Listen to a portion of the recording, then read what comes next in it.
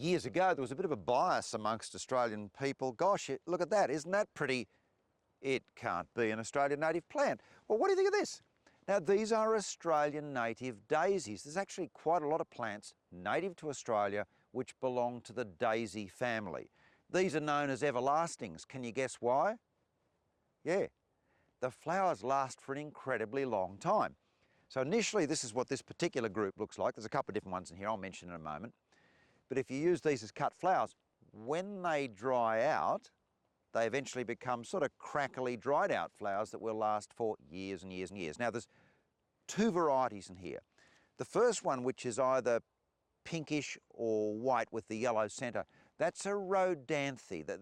These have rather difficult names, but anyway, they are everlastings. It's just often known as everlasting, but it's Rhodanthe, chlorocephala, and this is subspecies Rosea. The yellow one is a golden everlasting, or sometimes known as a showy everlasting, and that is Schoenia, excuse the pun, filifolia. Now, these are grown from seed. If you want to grow these, there's no reason you can't. You can buy the seed, this is it, at the Botanic Gardens. We're at the Botanic Gardens in Mount Annan, which is just outside of Sydney. You can buy the seed, sprinkle it in. Normally they plant here about late April to early May. But really you can sow these all year round. You just water them, spread them on the surface, cover them lightly, and it's not bad, is it? So do think about it. There are lots of Australian native plants which are as colourful as plants from anywhere on the planet, and particularly when you come to these little everlastings, which are native daisies.